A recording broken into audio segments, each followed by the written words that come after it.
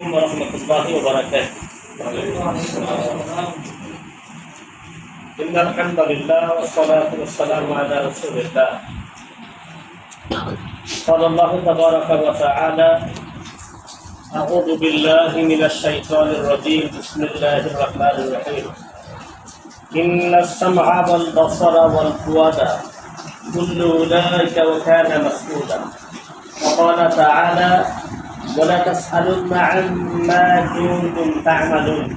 وقال تعالى: يا أيها الذين آمنوا قوا أنفسكم وأهليكم نارا. صدق الله مولانا العظيم. قال رسول الله صلى الله عليه وسلم: كلكم راع مسؤول عن رعيته.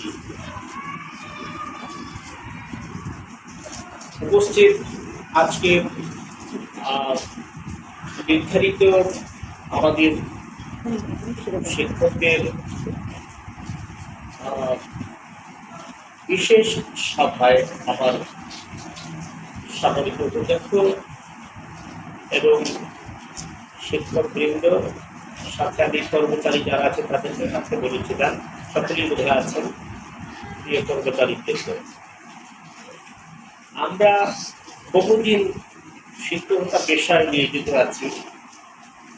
যারা এখানে আছি চাকরি পাইনি, আমরা মনে করে পদে নাই, আমাদের বেতন কম, ইত্যাদি ইত্যাদি।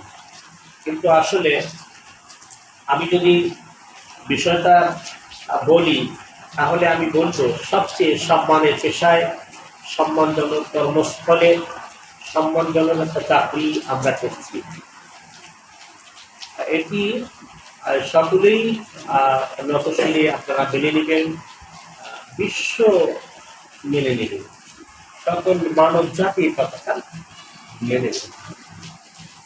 তো সেই হিসেবে আমি যে কথাটা বলবো, যে আমরা যখন এক সময় শিক্ষার্থী ছিলাম, আমাদের যারা ওস্তাদ ছিলেন তারা কিভাবে আমাদেরকে গাইড করতেন,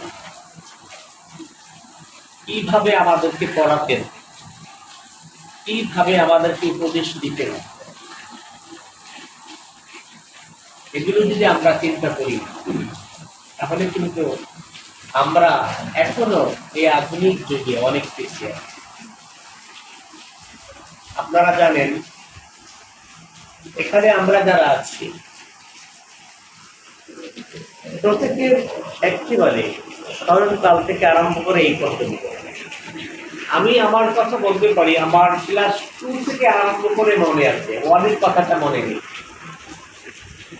ক্লাস 2 থেকে আমার টিচাররা কিভাবে পড়াতেন, কে আমার শিক্ষক ছিলেন, কে কিভাবে বিহেভ করতেন, সবকিছু মনে আছে। আমার জীবনের একটা ক্লাস 3 যখন প্রাইমারি স্কুলে পড়ি, তখন আমার জীবনের একটা ঘটনা মনে আছে। আমরা 2 ভাই এক ক্লাসে পড়তাম। স্কুল থেকে আসার পথে আমার 3 ক্লাসের একটা ভূগোল বই হারানো গিয়েছে। হয়তো ক্লাসে বসে কেউ নিয়ে গিয়েছে, অথবা এনিওয়ে গিয়েছে, হারানো গিয়েছে। আমি যখন আমার বইটা আমার ব্যাগের মধ্যে দেখতে পারলাম না, তো তখন থেকে কান্না শুরু করলাম। দাদা হয়তো মনে আছে, তখন থেকে কান্না শুরু করলাম, আমার বই কেন গেল, আমি বই কোথায় পাবো, আমার বই কেন গেল। বাড়িতে এসেও কান্না করেছি, মা অনেক বুঝিয়েছেন, বই হারান গিয়েছে, কাঁদো কাঁদো কেন, বা বই পাওয়া যাবে ইত্যাদি। কিন্তু আমার কান্না থামে না। কেন আমার বই হারান গেল, আমি পড়বো, আমি কালকে কিভাবে পড়াটা দেব। এই যে একটা প্রেস অনুভূতি, এই অনুভূতিটা আমি মনে করি আপনাদের সকলের মধ্যেই ছিল। আজকে আমরা যারা পাঠদান করছি, অধ্যাপনা করছি, আমাদের স্টুডেন্ট যারা আছে, শিক্ষার্থী যারা আছে, যাদেরকে আমরা পড়াচ্ছি, আপনি কি বলতে পারবেন তাদের মধ্যে এই ফিলিংস কি আছে? বলেন। একটা বই হারানো গিয়েছে, তার জন্য 3 দিন কান্না করছি যে আমি পড়াটা কিভাবে দেবো, বইটা আবার আসবে কখন, পাবো কখন, পড়বো কিভাবে, পড়াটা দেবো কবে, মাত্র একটা ভূগোল বই। কিন্তু আজকের চিত্র কি? আজকের চিত্র হচ্ছে বই ব্যাগ সহ যদি কি বলেন, ব্যাগটা সহ যদি হারানো যায়, তারপরও কি একজন শিক্ষার্থীর এই ফিলিংস আসবে? এই অনুভূতি কি সঞ্চার হবে তার দিলের মধ্যে? হবে না। এরপরে আপনি আসেন আমাদের যারা ওস্তাদ ছিল, তাদের যে কোমল একটা ব্যবহার আমরা পেয়েছিলাম, তাদের যে প্ল্যান বলেন, তাদের আমাদেরকে যে উপদেশ দেওয়া বলেন, সব কিছু নিয়ে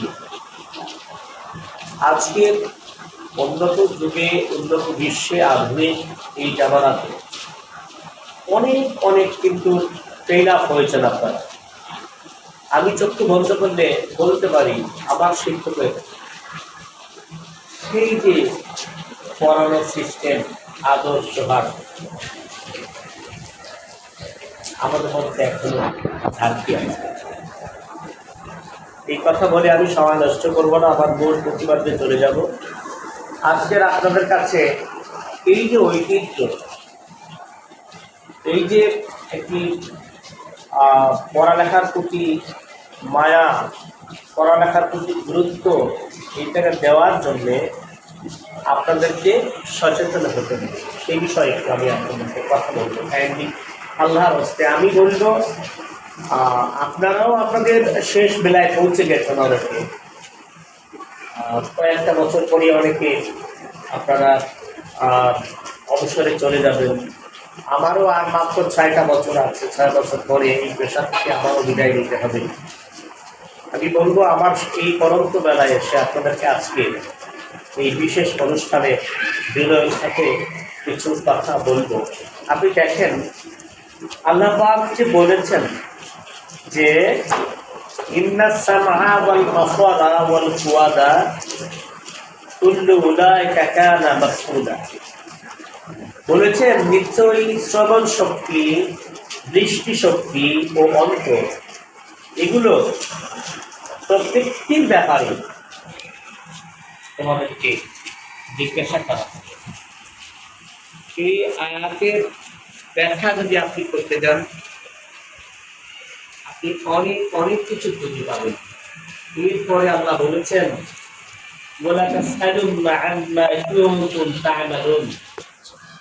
আল্লাহ বলছেন তোমরা অবশ্যই জিজ্ঞাসিত হবে তোমরা যা করেছ তার সম্পত্তি বা সেই সম্পত্তি।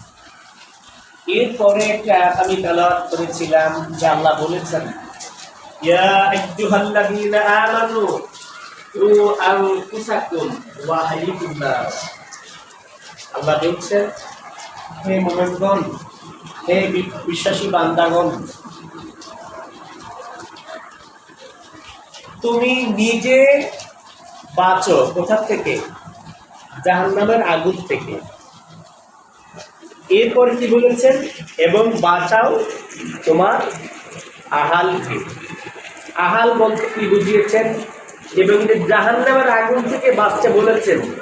এইটাকে আপনি যদি ব্যাখ্যা করেন, মুফাসসিরিনে কেরাম বিভিন্ন তাফসীর গ্রন্থে যে ব্যাখ্যা করেছেন, এগুলো যদি আপনি দেখেন তাহলে কিন্তু এই ব্যাখ্যার মধ্যে শুধু ওই জাহান্নামের আগুন থেকে বাঁচাতে বলে, এখানে অনেক অনেক বিষয় বলেছে। এই বিষয়টি বিশদভাবে যদি আপনি চিন্তা করেন এই 3টা আয়াতে, তাহলে আপনি দেখবেন আমরা কিন্তু সবাই হাত পাও বাঁধা, আমাদের কর্মের ব্যাপারে, আমাদের নিজেদের জীবন পরিচালনার ব্যাপারে, আমার পরিবারের ব্যাপারে, আমার প্রতিষ্ঠানের ব্যাপারে, আমার টিচিংয়ের ব্যাপারে, আমি যে কর্মটা করছি এই কর্মের ব্যাপারে। এরপর রাসূল কারীম সাল্লাল্লাহু আলাইহি ওয়াসাল্লাম যে বলেছেন, কি বলেছেন? কুল্লুকুম রাইন।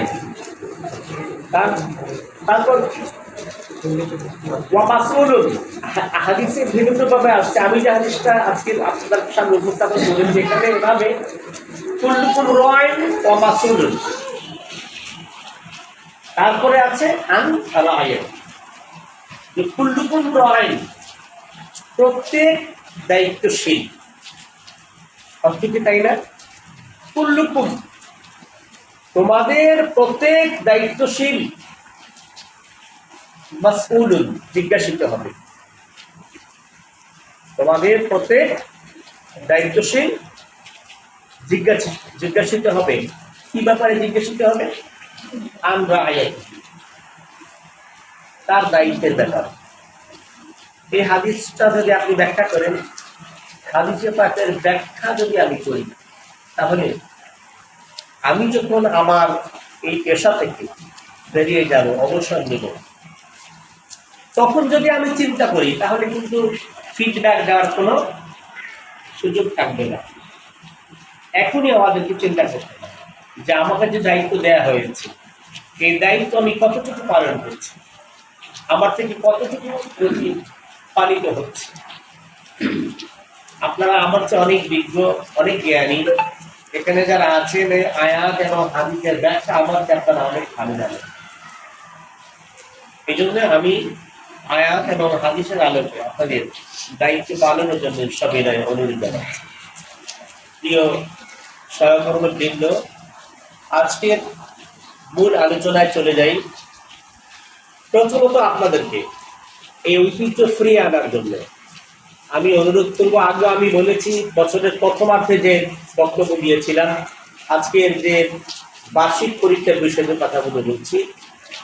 প্রথমত আপনি দেখেন, আমি বলেছি কি মূল বই পড়াতে হবে, বলছি কিনা বলেন। কোনো শিক্ষকের, আমার কোনো শিক্ষকের হাতে নোট গাইড থাকতে পারবে না, মূল বই থাকবে, এটি মনে রাখবেন। মূল বই ক্লাসে পড়াবেন, শিক্ষকদের হাতেও মূল বই থাকবে এবং আমাদের শিক্ষার্থীদের হাতেও কি থাকবে? মূল বই থাকবে। ক্লাসে কোনো রকম নোট গাইড আমি দেখতে চাই না। এটি একটি আমার নির্দেশনা এবং আপনাদের সাথে আমার বিনয়ের সাথে অনুরোধ যে মূল বই ছাড়া পড়াবেন না শিক্ষা।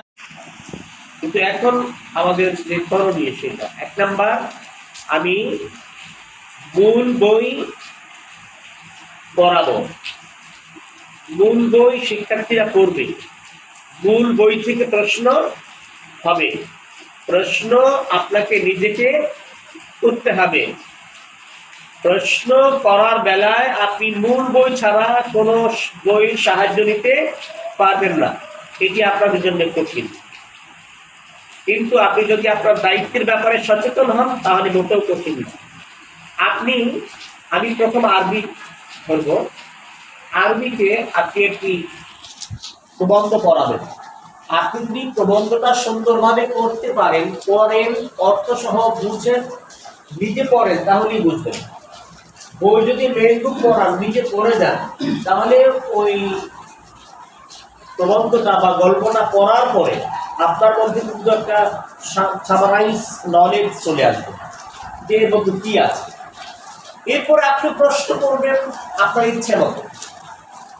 গাইডের সাথে ওই প্রশ্ন মিলবে না, বইয়ের সাথেও মিলবে না। মেইন যে প্রশ্ন সেটা আপনি করবেন, আপনি নিজে প্রশ্ন করবেন। বাচ্চাদেরকে যদি এই গল্পটা আপনি সুন্দরভাবে পড়ান, তাহলে আপনি নিজে প্রশ্ন করতে পারবেন না। প্রশ্ন করা কিন্তু একেবারে সহজ। আপনি নিজে প্রশ্ন করবেন, ছোট্ট প্রশ্ন করবেন। অ্যান্সার গাইড যদি পড়েন, নোটবই যদি বাচ্চা পড়ে, আপনি যে প্রশ্ন করেছেন ওই প্রশ্নের অ্যান্সার দিতে বাচ্চার 3 পৃষ্ঠা লাগে। আপনি মেইন বুক থেকে যদি প্রশ্নের অ্যান্সারটা তৈরি করে দেন স্টুডেন্টকে, তাহলে মাত্র 1 পৃষ্ঠায় সে 100 অ্যান্সার দিতে পারে, যেখানে 3 পৃষ্ঠা লাগবে গাইড। ব্রড প্রশ্ন, সেখানে মেইন বুক থেকে যদি আপনি পড়ান, মেইন বুক থেকে প্রশ্ন করেন, ফুল অ্যান্সার করবে 1 পৃষ্ঠার মধ্যে। এটা আপনাদের কাছে আমার অনুরোধ থাকবে, মেইন বুক পড়ানো, মেইন বুক থেকে প্রশ্ন করা, শিক্ষার্থীদের হাতে নোটবুক ছাড়া অন্য কোনো বই না। এরপরে ইংলিশ আসেন, ইংলিশে আপনি পড়াবেন। আপনি আমাদের 4 থেকে 8 পর্যন্ত আসেন। 4 থেকে 8 পর্যন্ত যে সমস্ত সিন আনসিন গল্প গ্রামার সাইড যাই কিছু বলেন, আপনি যদি নিজে সুন্দর করে এটা বোঝেন, তো যেটা আপনি বোঝেন সেটা প্রশ্ন করতে পারবেন না। আপনি নিজে যদি বুঝেন, ওই বোঝাটুকু শিক্ষার্থীকে যদি বুঝাতে পারেন, তাহলে একটা প্রশ্ন যদি আপনি নিজে করেন, কোথাও নাই প্রশ্নটা, গাইডে নাই, লোনেও নাই, কোথাও নাই। আপনি প্রশ্ন করছেন, শিক্ষার্থী তো প্রশ্ন বুঝছে, কারণ ওকে প্রশ্ন বুঝিয়ে দিচ্ছে না। দেখবেন আপনি অল্পের মধ্যে সে কিন্তু 100 অ্যান্সার করবে। এইটা হচ্ছে এই টপিক্সটা যদি আপনারা ফলো করেন। বাংলাতে আমি আসি, বাংলা একটি গল্প আপনি নিজে পড়বেন, নিজে বুঝে পড়ে সুন্দর করে যদি শিক্ষার্থীকে পড়ান, শিক্ষার্থী বুঝে, তাহলে আপনি নিজে ওর থেকে প্রশ্ন তৈরি করবেন। প্রশ্ন তৈরি করে বাচ্চাদেরকে পরবর্তী ক্লাসে দিয়ে দেখলে বাচ্চারা ঠিকই সব লিখে দিবে এবং স্বতঃস্ফূর্তভাবে তারা কিন্তু দেখবেন পরীক্ষাতে এগুলো লিখবে।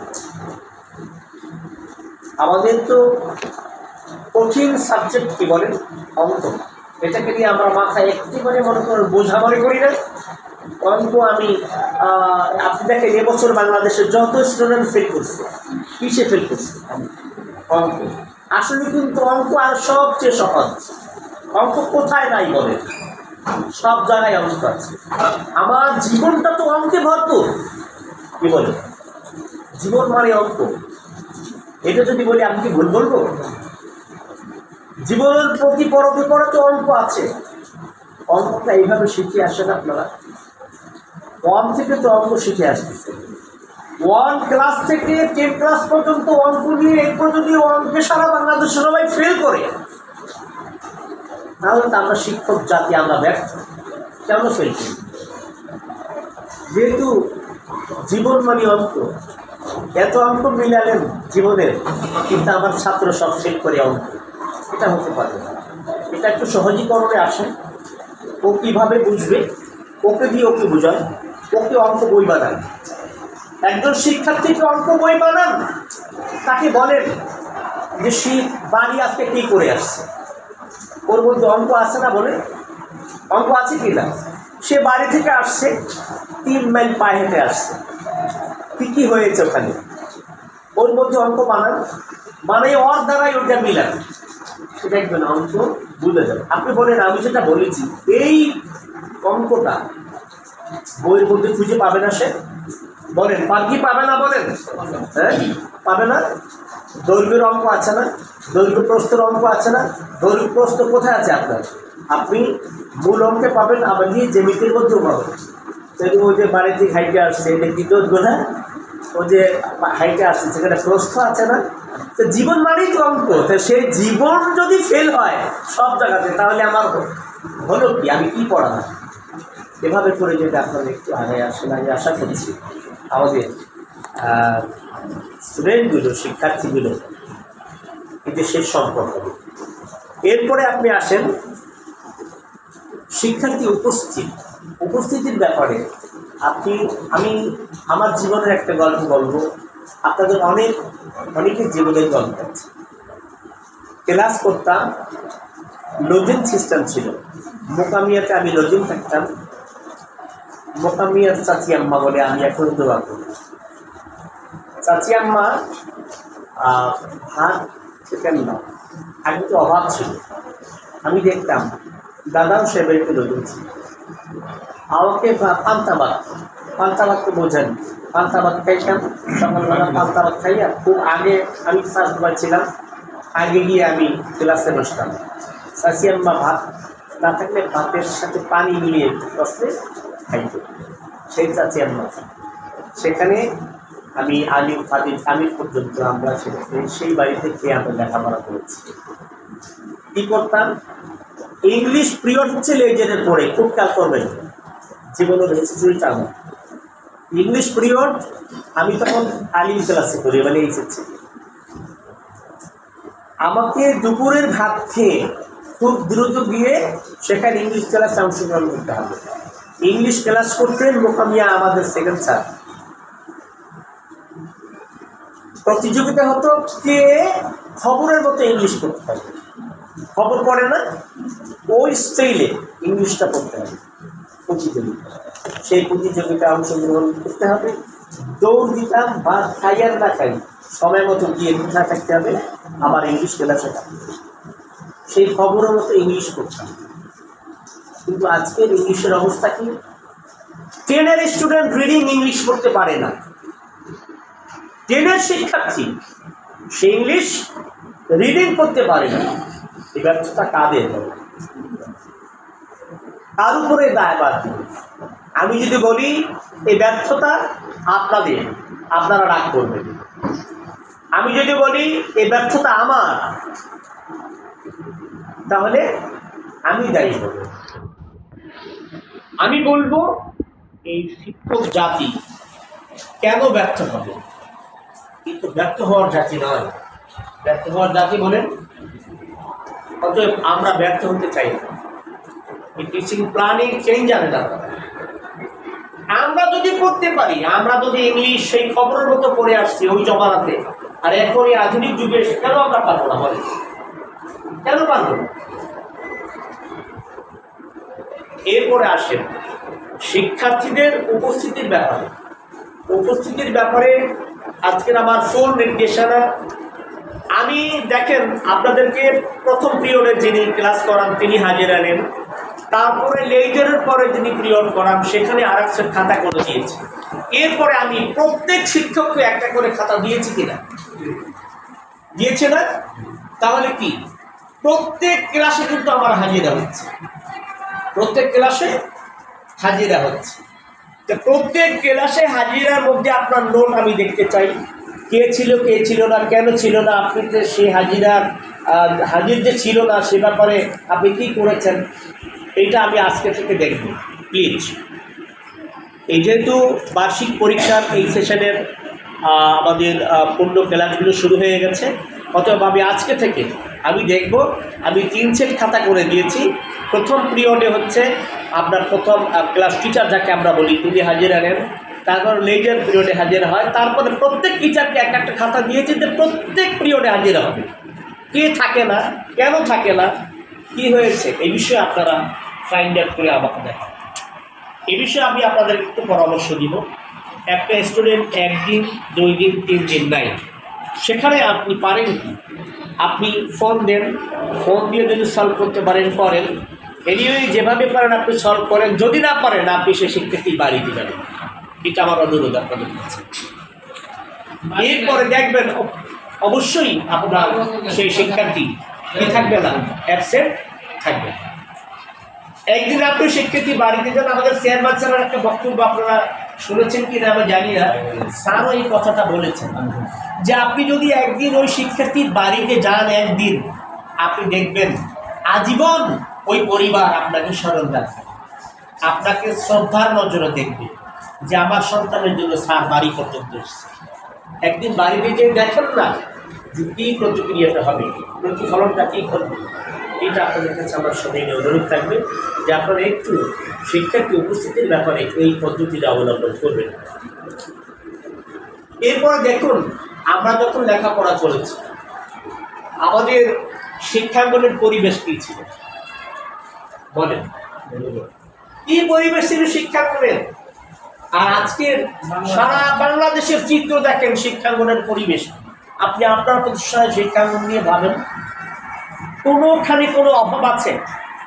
পরিপাটি ভবন, রুমগুলো বিলাসবহুল রুম, আপনি কত সুন্দর পরিবেশে বসতে পারছেন, কত সুন্দর পরিবেশে আমরা লেখাপড়া করতে পারছি। এই পরিবেশ কি আমাদের জমানাতে ছিল বলেন? এত সুন্দর ব্যবস্থাপনার পরও আমরা যদি ব্যর্থ হই তাহলে জাতি ব্যর্থ হয়ে যাবে। অতএব আমরা জাতিকে ব্যর্থ।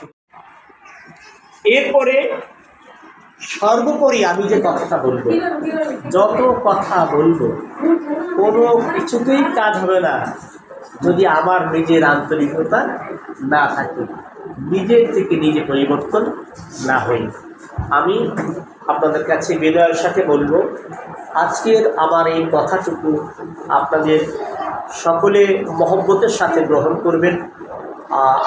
আমাদের সকলের বয়স হয়েছে, শিক্ষা মানে এই অধ্যাপনা জীবনটা, শিক্ষক জীবন অনেকের 30 ওভার হয়েছে, 35 হয়েছে। হ্যাঁ, কী বলেন, 35 বছর শিক্ষকতা করেছেন, এরকম আছেন না আপনারা এখানে? আছেন কি না? আমার তো মনে হয় আমাদের অনেকেরই এরকম বয়স হয়ে গিয়েছে। আমরা শেষ প্রান্তে এসেছি। আমরা কিছু দিন যেতে চাই, এই প্রতিষ্ঠানে আমরা স্মরণীয় হয়ে থাকতে চাই। আমাদের শিক্ষার্থীরা যেন আমাদের স্মরণ করে, এলাকার মানুষ যেন আমাদেরকে স্মরণ করে যে শিক্ষার মান উন্নয়নের জন্য আমরা কিছু করেছি,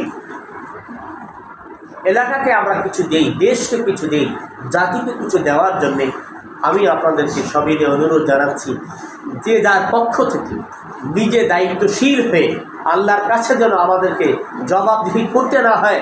আমি যেদিন এই চেয়ার থেকে সরে যাব, আমার যেদিনটা অপেক্ষা করছে আমার জন্য অবসরের দিন, যেদিন থেকে আমার আর দায়িত্ব থাকবে না, আমি এই প্রতিষ্ঠানের প্রিন্সিপাল হিসেবে পরিচয় দিতে পারবো না, আমি এই প্রতিষ্ঠানের একজন প্রভাষক হিসাবে পরিচয় দিতে পারবো না, একজন সহকারী শিক্ষক হিসাবে পরিচয় দিতে পারবো না। সেদিনের আগে আমরা সকলে সজাগ হয়ে যাই, সচেতন হই আমাদের দায়িত্বের ব্যাপারে। আমরা যদি সচেতন হই সকলে, তাহলে শিক্ষার মান ফিরে আসবে, দেশ ও জাতির কল্যাণে আমরা কিছু করতে পারলাম, আমরা স্বাক্ষর হয়ে থাকবো, আমরা স্মরণীয় থাকবো, আমাদের জীবন অমর হবে। আমি এই অবসরের পর যদি আমি চিন্তা করি যে কী করলাম, আফসোস হবে, আফসোস আর কোনো কাজে আসবে। প্রিয় সহকর্মীবৃন্দ, অতএব আর কথা নয়, আমরা আসি আমাদের কাজকে মূল্যায়ন করব। আমরা যে কোনো কাজ করব আন্তরিকতার সাথে করব, এবং একটি কথা মনে রাখবো, সবসময় মনে রাখবো যে কাজটি আমি আল্লাহর জন্যে, কাউকে দেখানোর জন্য করতেছি। এই যদি আপনার ফিলিংস হয়, তাহলে কাজের মধ্যে বরকত আসবে, ইনশাল্লাহ আমরা সাকসেস হব। আমরা সর্বোপরি কী বুঝলাম, আমরা কি করব, যে কাজটি করব আন্তরিকতার সাথে করব। হ্যাঁ, দুই হচ্ছে কি, আমরা যে কাজটি করব সে কাজটি আমি প্রথম আল্লাহর জন্য সুপর্দ করব, আল্লাহর জন্যে করব, আল্লাহর ওয়াস্তে করব। এই খুলুচিয়ত, এই হিম্মত আমাদের মধ্যে যদি থাকে, আমাদেরকে কেউ পিছিয়ে রাখতে পারবে না, আমাদের বদনাম কেউ বলতে পারবে না। আমরা সার্থক হব, আমরা সার্থক হই। আল্লাহর কাছে আমরা তৌফিক চাই, এবং আল্লাহ যেন আমাদেরকে পরিপূর্ণ সার্থক হওয়া, পরিপূর্ণ সাকসেস হওয়ার তৌফিক এনায়েত করেন। আল্লাহ পাক আমাদেরকে যেন সকলকে, যখন আমরা অবসরে যাব, আমরা যেন একটি প্রশংসিত জীবন নিয়ে আমরা যেতে পারি। যেমনটি আমরা সকলে বলে থাকি যে, কেমন কথাটি মনে আছে আপনাদের? হ্যাঁ, এই না না না ওই যে মরণে হাসিবি ছবি কাঁদিবে,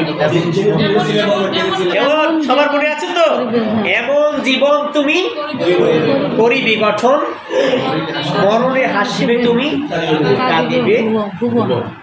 এই জীবন গড়ার প্রত্যাশায় আল্লাহ হাফেজ। আমার তৌফিক ইল্লা বিল্লাহ। আসসালামু আলাইকুম।